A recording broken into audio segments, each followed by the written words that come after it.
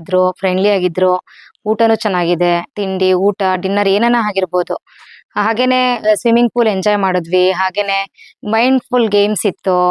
ಏನೋ ಪಜಲ್ಸ್ ಇದೆ.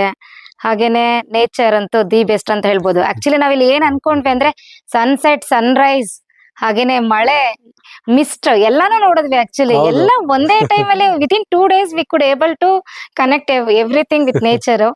The one of the best experience ಅಂತ ಹೇಳ್ಬೋದು. ದ ವನ ರಿಟ್ರೀಟ್. ಮತ್ತೆ ಇಲ್ಲಿ ಬೆಳಗ್ಗೆ ಮಿಸ್ಟ್ ನೋಡ್ತೀವಿ ನಾವು ಅರ್ಲಿ ಮಾರ್ನಿಂಗು.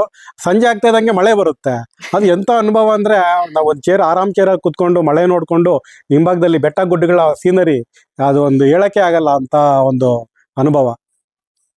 ಸಮರ್ಥ್, ನಿಂಗೂ ಇಷ್ಟ ಆಯ್ತಾ? ಸ್ವಿಮ್ಮಿಂಗ್ ಇಷ್ಟ ಆಯ್ತಾ? ಚೆನ್ನಾಗಿತ್ತಾ? ಪಜಲ್ಸ್ ಅಂಡ್ ಗೇಮ್ಸ್ ಚೆನ್ನಾಗಿತ್ತಾ? ಮತ್ತೆ ಇಲ್ಲಿ ಮಕ್ಕಳಿಗೆ ಅವ್ರ ಮೈಂಡ್ ಅಂದ್ರೆ ಏನೋ ಕಾನ್ಸಂಟ್ರೇಷನ್ ಲೆವೆಲ್ ಜಾಸ್ತಿ ಮಾಡೋದಕ್ಕೆ ತುಂಬಾ ಗೇಮ್ಸ್ ಇದಾವೆ ಇಲ್ಲಿ. ಕ್ಯಾರಮ್ ಬೋರ್ಡ್ ಇರ್ಬೋದು, ಟೇಬಲ್ ಟೆನ್ನಿಸ್ ಇರ್ಬೋದು, ಮತ್ತೆ ಮಕ್ಕಳಿಗೆ ನಾನು ಹೇಳ್ದಲ್ಲ ಮೈಂಡ್ ಗೇಮ್ಸ್ ಅಂತ ತುಂಬಾ ಇದಾವೆ ಇಲ್ಲಿ. ಮಕ್ಕಳಂತೂ ತುಂಬಾ ಎಂಜಾಯ್ ಮಾಡ್ತಾರೆ ಇಲ್ಲಿ. ಸ್ವಿಮ್ಮಿಂಗ್ ಆಗಿರ್ಬೋದು, ಇಲ್ಲಿ ಸೈಟ್ ಸೀಯಿಂಗ್ ಆಗಿರ್ಬೋದು, ಮತ್ತೆ ಮಾರ್ನಿಂಗ್ ವಾಕ್ ಆಗಿರ್ಬೋದು.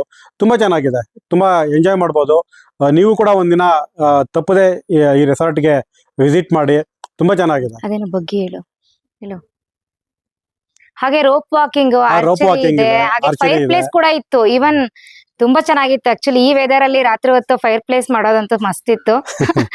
Actually totally we have enjoyed it. It ತುಂಬಾ ವಾಸ್ ವೆರಿ ಚೆನ್ನಾಗಿತ್ತು. Nice. And thank you to all the team. Thank you the Vana resort.